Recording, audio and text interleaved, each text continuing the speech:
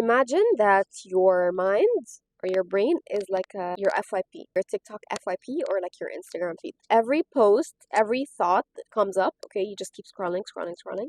And you read a post that says you're falling behind in life.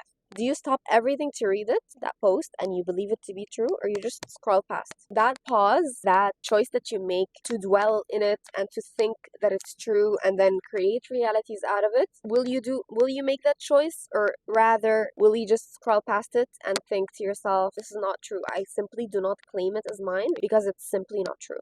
As simple as that. You're just watching. You're sitting in the witness chair. Every time a negative thought comes up, or for example, every time your brain is trying to tell you a lie and convince you with it, first ask yourself, is this a fact or it's actually just a feeling coming from me thinking for way too long? Like, ask yourself, is this thought maybe perhaps coming from my past, like from my childhood? Sometimes all the anxiety that you feel is actually coming from childhood.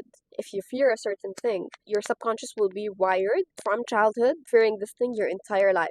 And unless you rewire it to the opposite, unless you rewire your subconscious mind into believing the opposite, suddenly you're not scared of that thing anymore. Because when we are born, we only have two fears, the fear of falling and the fear of noise. All of the other fears are basically given to you by people. Another great book that I would actually really recommend about this topic is The Power of Your Subconscious Mind. Easily also one of my top favorites. And finally ask yourself, if I didn't believe this thought to be true, if I simply just deem it as a lie, how would I react? How would I behave? And act as though you don't believe it and act as though it's a lie and see what happens. I bet it will be like a transformational point, and you will realize that it was all just a lie. That tiny gap that you will create between the belief and the thought is your freedom. This basically ties into everything in your life. This is the root cause, and this is like the starting point to everything in your life in terms of success or like relationships with other people. When you change these thoughts, it will not just change your feelings, but it will also change your actions. It will stop you from self-sabotaging everything that you want to create in life because you're simply fearing